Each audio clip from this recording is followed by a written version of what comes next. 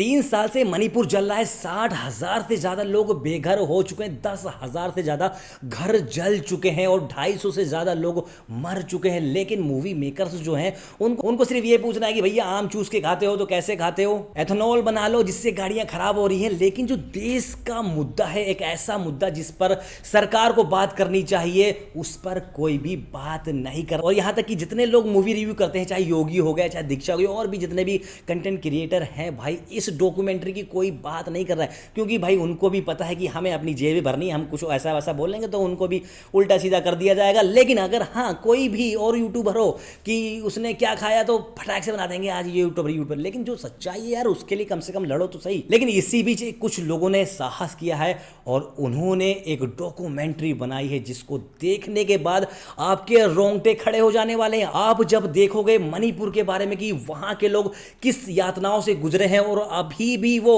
कैसी कैसी यातनाएं झेल रहे हैं, भाई आपकी आंखों से आंसू आ जाएंगे और आप कहोगे भाई इतना कुछ हो गया मणिपुर में तो सरकार कहां है। आप सभी को इतना पता होगा कि सिर्फ 2 औरतों को निर्वस्त्र करके घुमाया गया था, उनका यौन शोषण हुआ था। लेकिन और भी बहुत जुल्म ढाए गए हैं वहां के लोगों पर। अब जो मणिपुर है ना, उसके जो हालात है ना, वो कश्मीर से भी ज्यादा बदतर हो चुके हैं।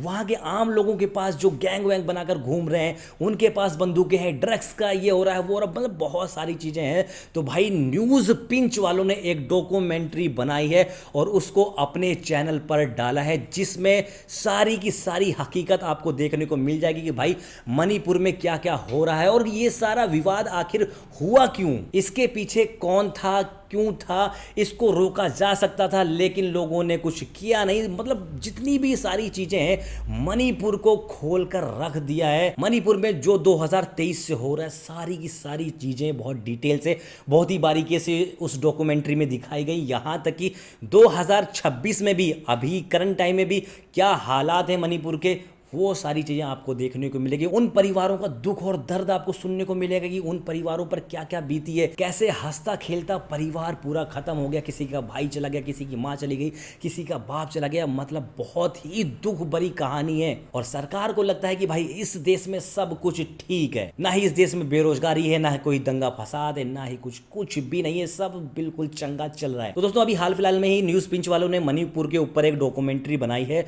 उसको आप देखिए। मणिपुर की सारी हकीकत आपको समझ में आ जाएगी और जल्द से जल्द देख लीजिए। क्यों देखने को बोल रहा हूं मैं, क्योंकि भाई अभी सरकार को पता नहीं इसके बारे में। जैसे ही सरकार को पता चलेगा तो क्या होगा कि सबसे पहले इस वीडियो को डिलीट किया जाएगा और फिर बाद में जो न्यूज पिंच के जो सारे बंदे हैं उनके ऊपर ईडी और इन सब की रेड पड़ेगी। और वो इसलिए पड़ेगी क्योंकि उनको बोला जाएगा कि भैया तुम सच दिखा रहे हो, सच बोल रहे हो, इतना नहीं दिखाना चाहिए, ये सब नहीं करना चाहिए था। तो भाई लोगों आप इस डॉक्यूमेंट्री को जाकर देख लीजिए जो न्यूज पिंच के चैनल पर मणिपुर फाइल के नाम से अपलोड की गई है। क्योंकि न्यूज पिंच की जो टीम है वो सच्चाई दिखाने का काम कर रही है और एक असली पत्रकारिता क्या होती है वो आपको बताती है। बाकी मेरी तरफ से न्यूज पिंच को hands of and best of luck इस डॉक्यूमेंट्री के लिए। और आप ऐसे ही देश की सच्चाई दिखाते रहिए और जनता को रूबरू करवाते रहिए कि देश की हालत क्या है, देश में क्या चल रहा है। बाकी जिन लोगों ने अभी तक हमारा चैनल भी सब्सक्राइब नहीं किया है तो भाई हमारे चैनल भी सब्सक्राइब कर लो, हम भी किसी से कम नहीं है। अब अगर अपनी भी आ जाए ना तो हम भी बहुत कुछ बता सकते हैं। बाकी अपने यार दोस्तों के भी चैनल को शेयर कर सकते हो।